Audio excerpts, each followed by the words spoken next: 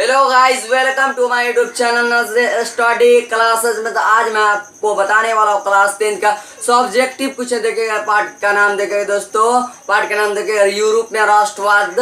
दोस्तों बहुत ही VVI subjective question आप लोगों के लिए लेकर आए। दोस्तों आप लोग मुझे सपोर्ट कीजिए दोस्तों, ताकि आप लोगों के लिए मैं इसी तरह मैं वीडियो अपलोड करता रहूँगा। तो दोस्तों इस वीडियो को आप लोग पूरे से पूरे देखिए, ताकि आप लोगों को सब्जेक्टिव क्वेश्चन याद करने में परेशानी ना होता। दोस्तों चलिए, अगर आप लोग इस चैनल पे नए हैं तो चैनल को सब्सक्राइब कर दीजिएगा और बेल आइकन को दबा देगा, ऑल पे सेलेक्ट कर दीजिएगा, ताकि मेरा हर एक वीडियो का नोटिफिकेशन आप लोगों तक पहुंच सके। तो दोस्तों चलिए, लाइक कमेंट करना न भूलिएगा। चलिए हम अपना वीडियो को स्टार्ट करता हूँ।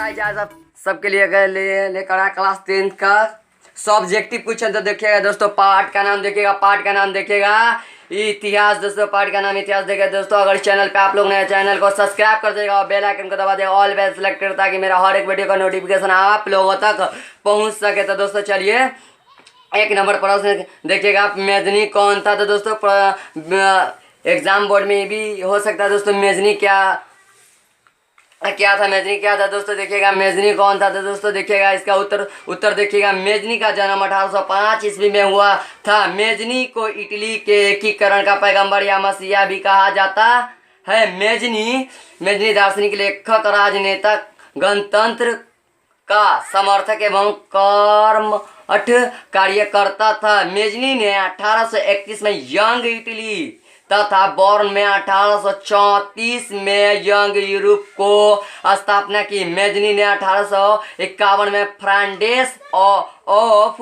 इटली नामक संस्था का गठन किया।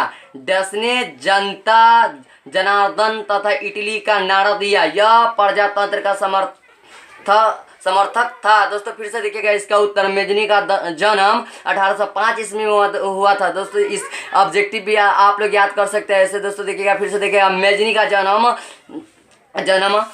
देखिएगा, मेजनी का जन्म 1805 ईस्वी में हुआ था।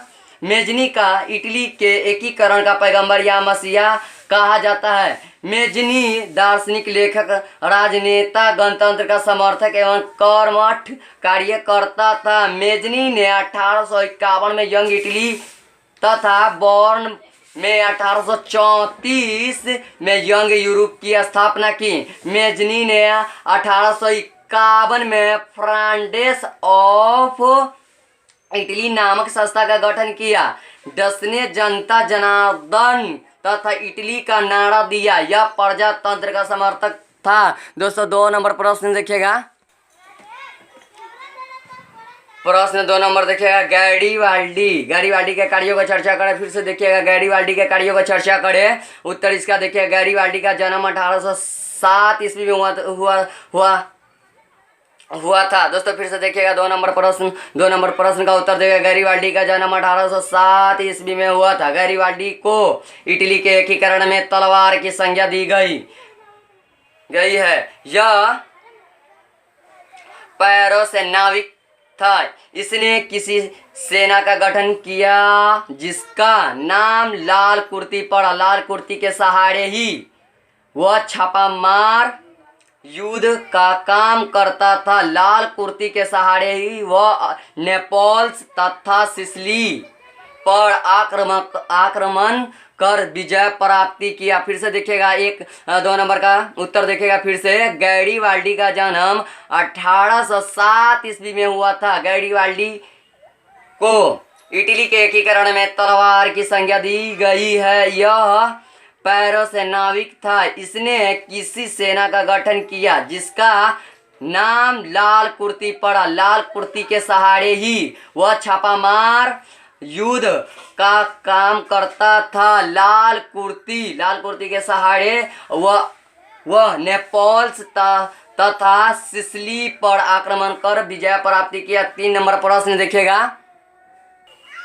3 नंबर प्रश्न देखिएगा। 3 नंबर प्रश्न क्या कर रहा है दोस्तों, देखिएगा 3 नंबर प्रश्न फिर से देखिएगा 3 नंबर प्रश्न, यूरोपीय इतिहास में छोटों का क्या महत्व है। फिर से देखिएगा, यूरोपीय इतिहास में छोटों का क्या महत्व है। दोस्तों देखिएगा अब इसका उत्तर देखिए, यह शब्द माध्यम यूरोपीय देशों में यहूदी बस्ती से ली प्रयोग किया जाता है। आज की भाषा में यह एक धर्म प्रजाति था। सम्मान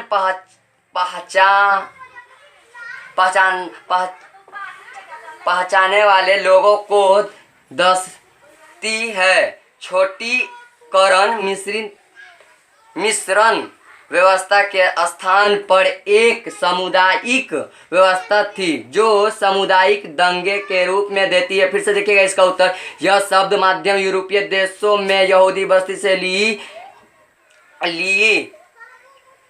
प्रयोग किया जाता है। आज की भाषा में यह एक धर्म प्रजाति था। सम्मान पहचान वाले लोगों को दस्ती है। छोटीकरण मिश्रण व्यवस्था के स्थान पर एक सामुदायिक व्यवस्था थी जो सामुदायिक दंगे के रूप में देती है। 4 नंबर प्रश्न देखिएगा, 4 नंबर प्रश्न देखिए। 4 नंबर प्रश्न क्या कर रहा है, जर्मनी के एकीकरण में बिस्मार्क की भूमिका वर्णन करे। फिर से देखिएगा 4 नंबर प्रश्न, जर्मनी एकीकरण में बिस्मार्क की भूमिका का वर्णन करे। उत्तर देखिएगा इसका, बिस्मार्क 1862 ईस्वी में जर्मनी का चांसलर या प्रधान बना। दोस्तों फिर से देखिएगा इसका उत्तर, बिस्मार्क 1862 ईस्वी में। तो दोस्तों ऑब्जेक्टिव याद कर, इसके साथ याद कर लीजिएगा। बिस्मार्क का जन्म बिस्मार्क 1862 ईस्वी में चांसलर या प्रधान बना। दोस्तों फिर से देखिएगा, बिस्मार्क 1862 ईस्वी में जर्मनी का चांसलर या प्रधानमंत्री बना। यह कूटनीतिज्ञ और राष्ट्रवादी था। इन्होंने जर्मनी की एकीकरण के लिए रक्त और लौह की नीति अपनाई। जर्मनी के एकीकरण के लिए इन्होंने 3 देश डेनमार्क, ऑस्ट्रेलिया और फ्रांस से युद्ध किया। सेडोवा युद्ध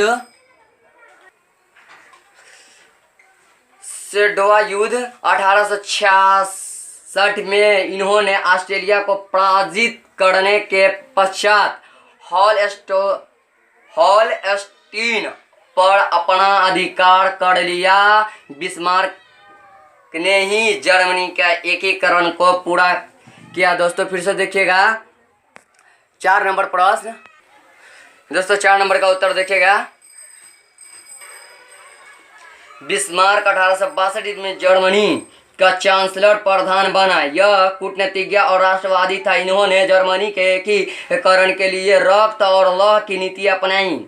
जर्मनी के एकीकरण के लिए इन्होंने 3 देश से डेनमार्क, ऑस्ट्रेलिया और फ्रांस से युद्ध किया। सेडोवा युद्ध 1866 ईस्वी में 1866 में इन्होंने ऑस्ट्रेलिया को पराजित करने के पश्चात हॉलस्टीन पर अपना अधिकार कर लिया। बिस्मार्क ने ही जर्मनी के एकीकरण को पूरा किया।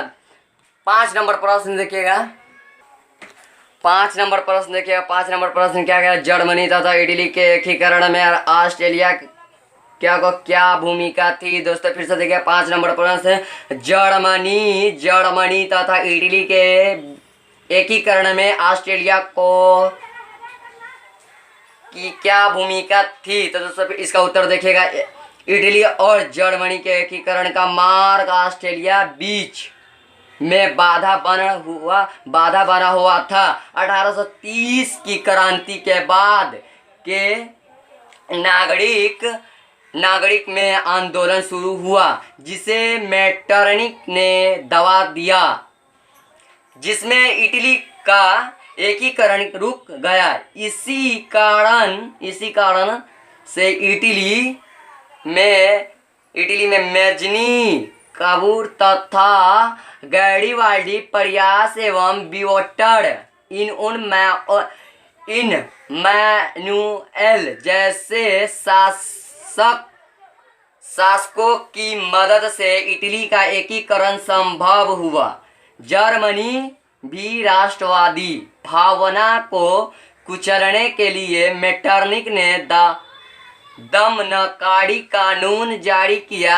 इसी कारण बिस्मार्क के प्रयास से जर्मनी का एकीकरण संभव हुआ। फिर से देखिएगा 5 नंबर का उत्तर देखिएगा।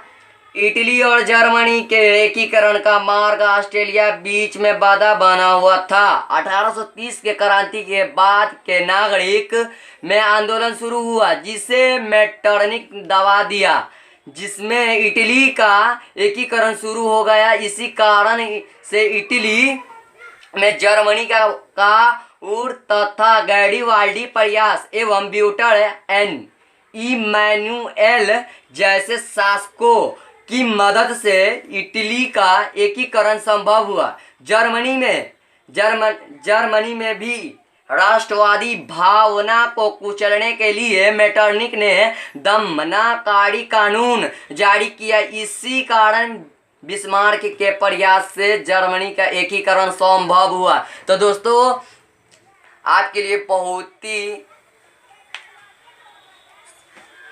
दोस्तों अगर इस चैनल पे आप लोग नए हैं तो चैनल को सब्सक्राइब कर देगा, बेल आइकन को दबा दे, ऑल पे सेलेक्ट कर दीजिएगा ताकि मेरा हर एक वीडियो का नोटिफिकेशन आप लोगों तक पहुंच सके। दोस्तों आप लोग सपोर्ट कीजिए ताकि आप लोगों के लिए मैं सब्जेक्टिव क्वेश्चन इतिहास का